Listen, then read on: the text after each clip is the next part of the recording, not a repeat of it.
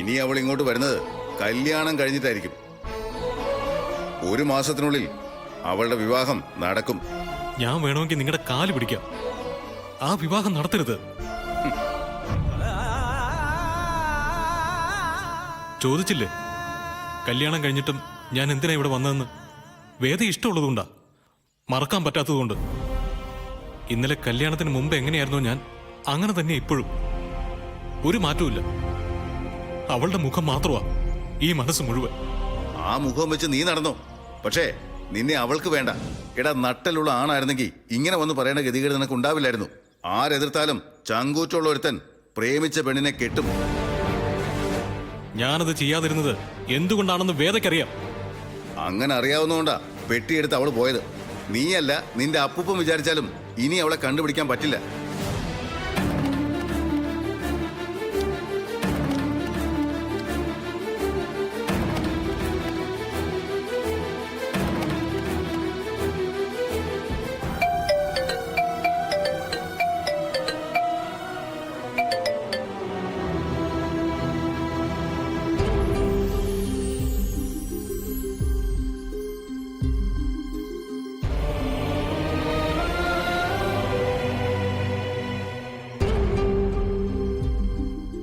എന്തു പറ്റി? കട്ട് ചെയ്തോ? ഇപ്പൊ മനസ്സിലായോ ഞാൻ പറഞ്ഞു നുണയല്ലെന്ന്? വേദയെ കാണണമെന്ന് പറഞ്ഞ് ഇനി ഈ വീട്ടിലേക്ക് വരണമെന്നില്ല. വന്നാ അറിയാലോ എന്നെ. വെറുതെ പണിയുണ്ടാക്കരുത്. ഞാൻ പോവാം. പക്ഷെ അവളോട് പറയണം, ഈ നീല് ഈ ഭൂമിയിൽ ഒരാളെ മാത്രമേ സ്നേഹിച്ചിട്ടുള്ളൂ, അത് അവളാണെന്ന്. എനിക്കവളെ മറക്കാൻ പറ്റില്ല, ഒരിക്കലും പറ്റില്ല.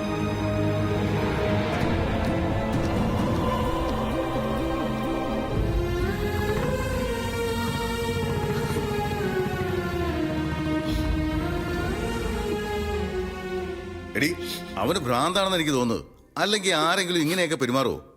എന്തായാലും നീ ഇവിടെ ഇല്ലെന്ന വാർത്ത അവൻ വിശ്വസിച്ച മട്ട. അറിയാതെ പോലും ഇനി നിന്നെ അവൻ കാണരുത്.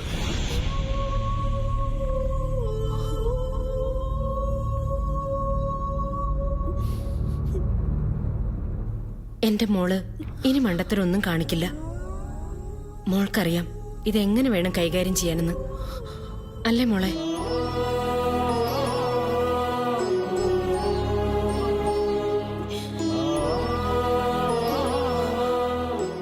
നീ വിഷമിക്കണ്ടടി.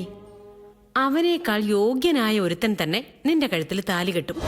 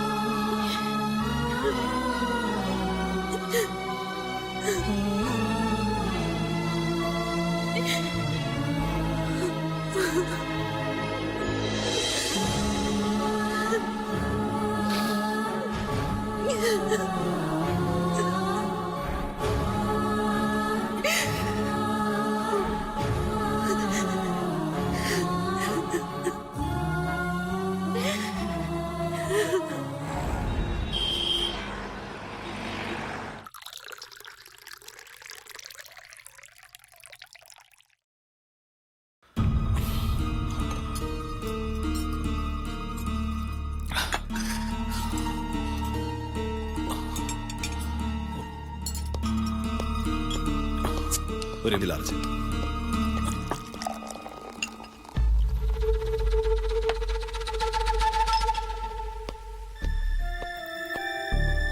നീലല്ലേ? നീൽ മകേഷ്? അതെ. ഞാൻ ടിവിയിലൊക്കെ കണ്ടിട്ടുണ്ട്. അതിന് നല്ല അഭിനയോ നീലിന്റെ. അതുകൊണ്ട് എന്ത് കാര്യം? അവസരങ്ങളില്ല, ജീവിതമില്ല, എല്ലാം പോയി. എന്തു പറ്റി ഇങ്ങനെ നിരാശ തോന്നാൻ? എന്ത് പറ്റണം? അല്ലെങ്കിൽ ഒരാൾക്ക് എന്തെങ്കിലും പറ്റുന്നതാണല്ലോ എല്ലാവർക്കും ഇഷ്ടം. നീലെന്താ ഇങ്ങനെയൊക്കെ സംസാരിക്കുന്നത്? പിന്നെ എങ്ങനെ സംസാരിക്കണം?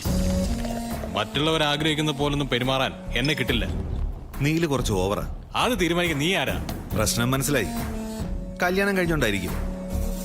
FB-യിൽ കണ്ടിരുന്നു ഭാര്യയെ. ഒരു ചേർച്ചയില്ല. അബദ്ധം പറ്റിയതായിരിക്കും അല്ലേ? എല്ലാരും കൂടെ ചേർന്ന് കെട്ടിച്ചതായിരിക്കും. തോന്നിയ ദിവസം പറയുന്നോടാ. ഈ നീലിനെ നിനക്ക് അറിയില്ല. നിങ്ങൾ എന്തിനാ എന്നോട് ചൂടാവുന്നേ? ഞാൻ വിചാരിച്ചു താനൊരു മാന്യനാണെന്ന്. നിന്നോട് ആരാടാ അങ്ങനെ വിചാരിക്കാൻ പറഞ്ഞത്? എന്താ രാവിലെ ഇറങ്ങിക്കോളും. മനുഷ്യന്റെ സൂര്യൻ കെടുത്ത മനസമാനത്തിന് വേണ്ടിയാണ് ഇങ്ങോട്ട് വരുന്നത്. ഇവിടെ അത് തരില്ലാന്ന് പറഞ്ഞ ഞാൻ എന്ത് ചെയ്തു? ഞാൻ ഇരിക്കുന്നോളാം. ഇറങ്ങി പോടാ. ചേട്ടാ വേണ്ട എന്താ സാറേ പ്രശ്നം? തല്ലിയല്ലടാ. ചേട്ടാ വെറുതെ പ്രശ്നം ഉണ്ടാക്കരുത്. ഞാനല്ല പോവാൻ നോക്കി. ഇവിടെ പ്രശ്നം ഉണ്ടാക്കിയത്. വേണ്ട സാർ. ചൊറിഞ്ഞോണ്ട് വന്നാ പിന്നെ എന്ത് ചെയ്യാനാ? നിന്നെ ഞാൻ എടുത്തോളടാ. നീ പോടാ. ചേട്ടാ മാറാ.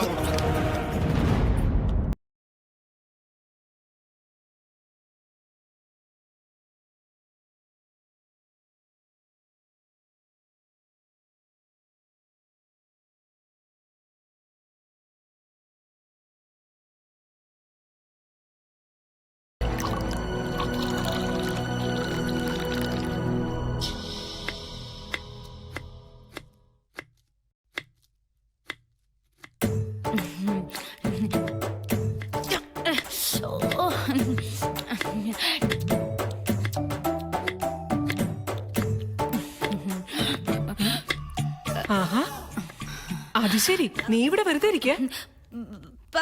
പറഞ്ഞാ കേക്കണ്ടേ ചാച്ചി? അപ്പി പൊക്കോ, ഞാൻ എല്ലാം ചെയ്തോളാന്ന് പറഞ്ഞതായിരുന്നു.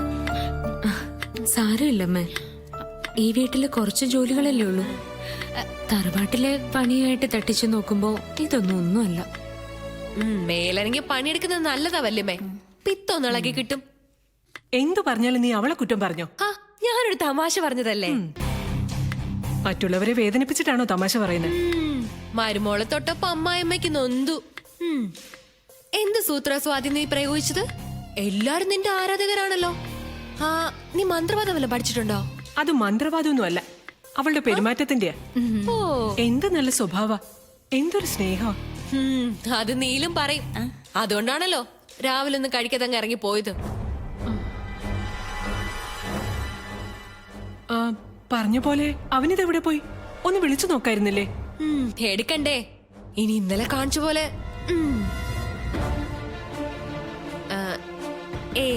അങ്ങനൊന്നും ചെയ്യില്ലായിരിക്കും അല്ല വല്യമ്മേ? നാക്കെടുത്ത് അറം പറ്റുന്ന വർത്താനം നീ പറയും. അതിന് ഞാൻ എന്താ പറഞ്ഞേ? അത് കൊള്ളാം. വന്ന് എനിക്ക് വീട്ടിൽ ഒന്നും പറയാൻ പറ്റാതെ. അവൻ വരും, മോള് വിഷമിക്കണ്ട. ഞാനൊന്ന് പുറത്തു പോയിക്കോട്ടെ അമ്മ, വേഗം വരാം. അതിനെന്താ? ഓ എന്തൊരു സ്നേഹം, തേനൊലിക്കുന്നു. നടന് പറ്റിയ നടി തന്നെയാ. അഭിനയൊന്നും അല്ല, ശരിക്കും ഉള്ളതാ. അതൊന്നും പറഞ്ഞാ ഇതേപോലത്തെ പരിഷ്കാരികൾക്ക് മനസ്സിലാവില്ല ചാച്ചി. അത് മനസ്സിലാവണമെങ്കിലേ ഈ ടിവിയിലൊക്കെ പറയല സെൻസ് വേണം, സെൻസിബിലിറ്റി വേണം, പിന്നെ സെൻസ് അല്ല ഇംഗ്ലീഷ് വേണം. വെറുതെ അല്ല കണ്ടവന്റെ അടുക്കള കിടന്ന് ഇങ്ങനെ പാത്രം കഴിവുന്ന കയ്യിലിരിപ്പിതല്ലേ. പിന്നെ ഈ സെൻസിറ്റിവിറ്റി വേണം, മനസ്സിലായ? കേട്ടക്കട അമ്പിളിയോടെ അവളെ പാടി.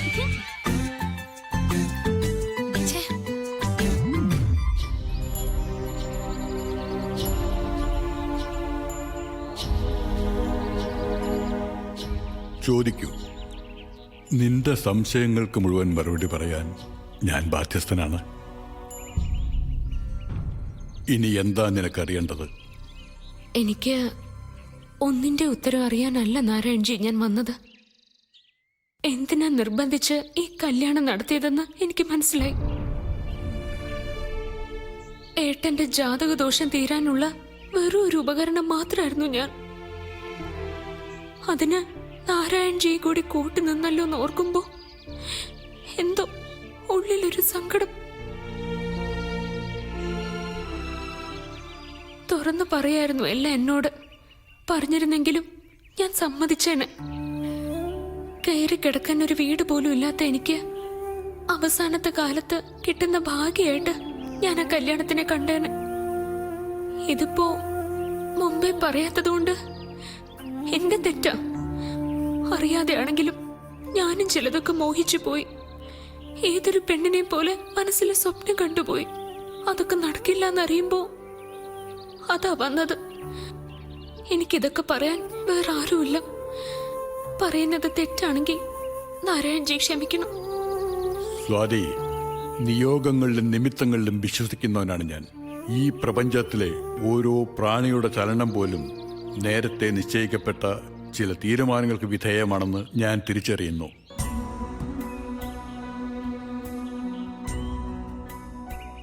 ഒരു പാതിരാത്രിക്ക് ആരും തുണയില്ലാത്ത നീ എൻ്റെ അടുക്കൽ തന്നെ വന്ന് പെട്ടത് വെറുതെയാണെന്നാണോ നിന്റെ വിചാരം? ഈ വിവാഹത്തെക്കുറിച്ച് നീ കേട്ടതിൽ പകുതി മാത്രമേ സത്യമുള്ളൂ. ബാക്കി വേണ്ട. നിന്റെ വിശ്വാസം ഞാനായിട്ട് മാറ്റുന്നില്ല. നിന്റെ അനുഭവങ്ങളിലൂടെ നീ അത് സ്വയം മനസ്സിലാക്കും, അറിയും. ഒന്ന് മാത്രം ഞാൻ പറയാം, ഒന്നും കാണാതെയല്ല നിന്നെ ഞാൻ നീലിന്റെ ഭാര്യയാക്കിയത്. നിന്റെ ജാതകത്തിൽ ദീർഘസുമംഗലി യോഗമുണ്ട്. 7 വ്യാഴം നിനക്ക് സകല സൗഭാഗ്യങ്ങളും തരും. ലഗ്നാധിപനായ സൂര്യനും ഉച്ചത്തിലാണ്. നീ ചിന്തിക്കുന്നത് പോലെയല്ല നടക്കാൻ പോകുന്നത്. എല്ലാവരുടെയും കണക്കുകൂട്ടലുകൾ തെറ്റും. തെറ്റാത്തത് ഒരേ ഒരാളുടെ തീരുമാനങ്ങൾ മാത്രം. ഈ നിന്റെ ജീവിതത്തിൽ എന്റെ സ്ഥാനം എന്തായിരുന്നു എന്ന് നന്ദിയോടെ ഒരിക്കൽ നീ ഓർക്കും. അതിന്റെ കാരണവും നീ അന്ന് മനസ്സിലാക്കും. എന്നെ ആശ്വസിപ്പിക്കാൻ വേണ്ടിയിട്ടാ നാരായൺജി ഇപ്പൊ ഇങ്ങനെയൊക്കെ പറയുന്നതെന്ന് എനിക്ക് നന്നായിട്ട് അറിയാം. ജീവിക്കണമെന്ന് എനിക്ക് ഒരാഗ്രഹവും ഇല്ല നാരായൺജി. മരിക്കാൻ എനിക്ക് പേടിയുമില്ല. എന്നെ കുറിച്ച് ഓർത്തിട്ടല്ല എനിക്ക് സങ്കടം. ഞാൻ കാരണം ഏട്ടൻ ഒരു വിഷമം ഉണ്ടാവരുത്. നിന്നെ കൊണ്ട് അവന് നല്ലതേ വരൂ. സർവ്വ ഐശ്വര്യങ്ങളുടെയും വിളനിലമാണ് നീ. അതവൻ ഇപ്പൊ മനസ്സിലായില്ലെങ്കിലും വൈകാതെ മനസ്സിലാവും. എന്നും എല്ലാവരും എന്നെ ശപിച്ചിട്ടേ ഉള്ളൂ. ചെയ്യാത്ത തെറ്റിന് പോലും എന്നെ ശിക്ഷിച്ചു.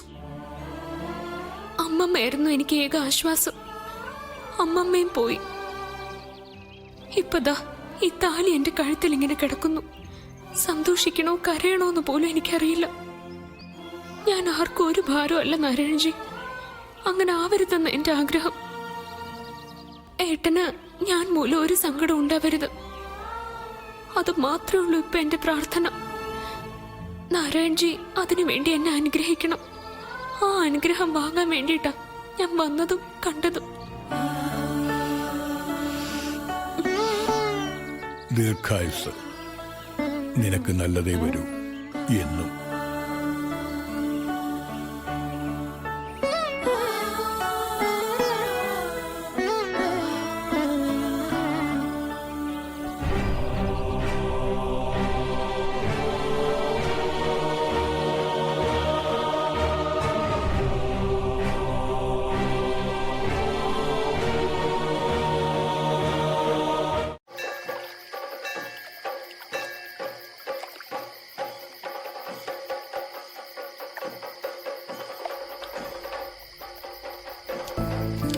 എല്ലാം എടുത്തിട്ടുണ്ടല്ലോ അല്ലേ? ആ ഉണ്ട്. നമുക്കേ അച്ഛനുള്ള ഫുഡ് കൂടി വാങ്ങിക്കൊണ്ട് പോവാം. ആ എനിക്കിനി വീട്ടിൽ ചെന്നിട്ടൊന്നും ഉണ്ടാക്കാൻ വയ്യ. ആ വാങ്ങാം. അച്ഛന്റെ ഫേവറേറ്റ് ഹോട്ടലിൽ നിന്ന് വാങ്ങാം. ആ അതിങ്ങെടുക്ക.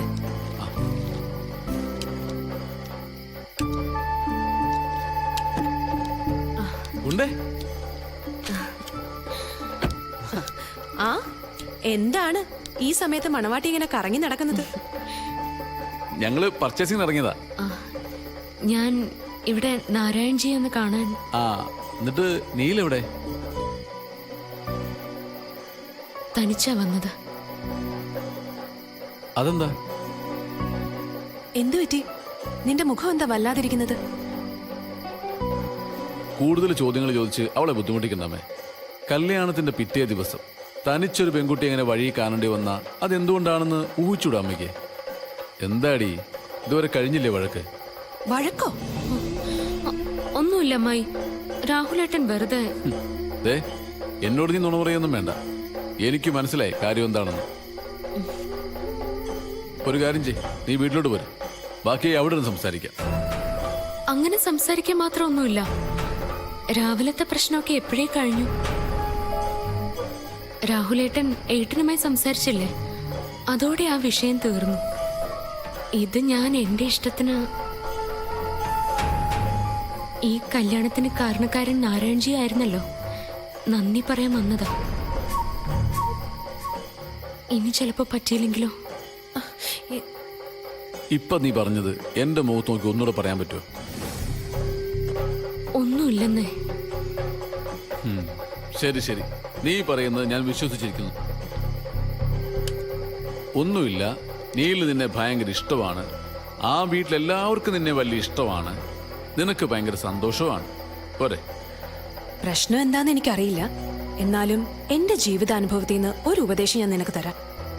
ഒരു ജീവിതം വിജയിക്കാൻ വേണ്ടി നമ്മൾ എത്ര താഴ്ന്നു കൊടുത്താലും അതിലൊരു തെറ്റുമില്ല.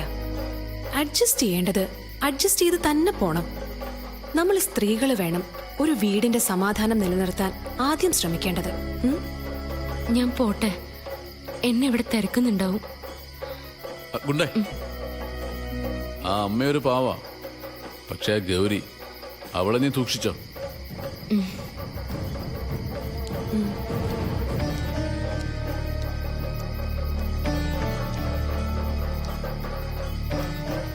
പ്രശ്നമാണോ രാഹുലെ അവളുടെ ലൈഫ് എന്ന് ചോദിച്ചാ ഞാനിപ്പോ എന്താമേ മറുപടി പറയാ? അല്ല, എന്തുകൊണ്ടാമേ നല്ല ആളുകളെ മാത്രം ദൈവം ഇങ്ങനെ തെരഞ്ഞു പിടിച്ച് ശിക്ഷിക്കുന്നത്? കല്യാണം കഴിഞ്ഞാലെങ്കിലും ഇവക്കൊരു നല്ല ജീവിതം ഉണ്ടാവുന്നാ വിചാരിച്ചത്. അത് വെറുതെ ആയല്ലോ. അപ്പോ പ്രശ്നമാണ്. പക്ഷെ ഇത്ര പെട്ടെന്ന് ഇങ്ങനെ വരാൻ ഇഷ്ടപ്പെട്ടിട്ട് തന്നെയല്ലേ ആ നീലവളെ കല്യാണം കഴിച്ചത്? ആർക്കറിയാമേ, ഓരോരുത്തരുടെ ഉള്ളിലിപ്പ് എന്താണെന്ന് അറിയാൻ ചുഴിഞ്ഞു നോക്കാൻ പറ്റുമോ? പുറത്തു പറയുന്നല്ലേ നമുക്ക് വിശ്വസിക്കാൻ പറ്റൂ. അമ്മ വാ, നമുക്ക് പോവാം. നീ കേറ്.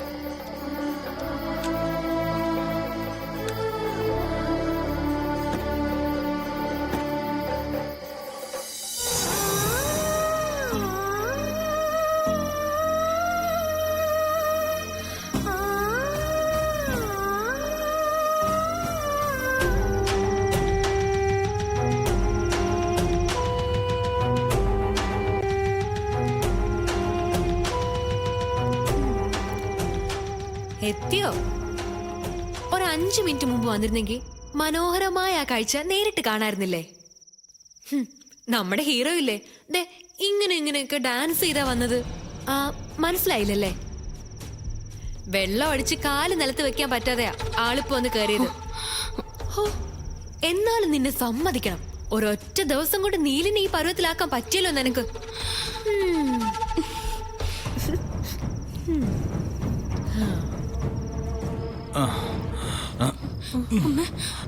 ഏട്ടോ വന്നോ? എവിടെ ആയിരുന്നു ഇത്ര നേരം?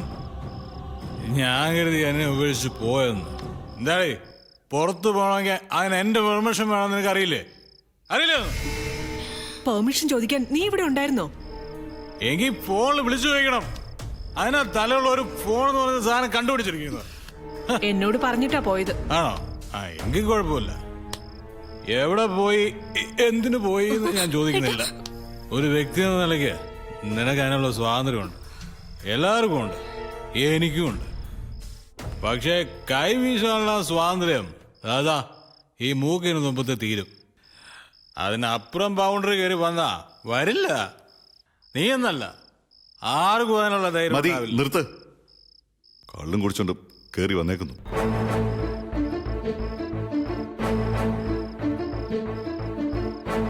സങ്കടം കൊണ്ടാ എനിക്ക് എന്നെ തന്നെ നഷ്ടപ്പെട്ടുകൊണ്ടിരിക്കുക. ഒരിക്കൽ എന്തിന്റെയൊക്കെ പേരിലാണോ ഞാൻ അഹങ്കരിച്ചത്, അതൊന്നും ഇപ്പൊ എന്റെ കയ്യിലില്ല. എല്ലാം പോയി. ഈ നിരാശ ആദ്യം മാറ്റേണ്ടത്. ഇത്രമാത്രം നിരാശപ്പെടാൻ ഇവിടെ എന്താ ഉണ്ടായത്? എന്താ ഉണ്ടായെന്നോ? ഈ ഉണ്ട ജീവിതത്തിലേക്ക് കയറി വന്നത് പോരെ? അത് സ്വയം തീരുമാനിച്ചതല്ലേ, നമ്മളാണോ നിർബന്ധിച്ചത്? ശരിയാ, എന്റെ തെറ്റാ, എല്ലാം എന്റെ തെറ്റാ.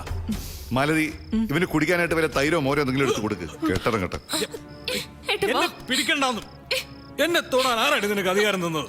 ഏട്ടൻ തന്നെയാ. ഇതെന്റെ കഴുത്തിൽ കിടക്കുന്നിടത്തോളം കാലം അതുണ്ടാവും. വാ ഏട്ടൻ വാ. മോനെ സൂക്ഷിച്ച് നടക്ക്. ദൈവമേ, നീലിനെ അവള് കൊല്ലോ? കൊല്ലണെങ്കി കൊല്ലട്ടെ. അവനോട് ആരാ പറഞ്ഞു കുടിച്ചിട്ട് വരാൻ? മരുമോളുടെ കയ്യിലിരിപ്പിന്റെയാ. മനസ്സമാധാനം ഇല്ലെങ്കിൽ പിന്നെ എന്ത് ചെയ്യും? അവന്റെ സമാധാനം മുഴുവൻ കളഞ്ഞത് അവൻ തന്നെയാ. ഇപ്പോ നീയും. ഓ, ഇത് അവസാനം എനിക്കിട്ട് തന്നെ കിട്ടുന്നു അറിയായിരുന്നു. ഇതൊരു തകർച്ചയാ. ഇതിന്ന് പാഠം പഠിച്ചില്ലെങ്കിൽ നീല് കൈവിട്ടു പോ. ഞാൻ പറഞ്ഞില്ലെന്ന് വേണ്ട.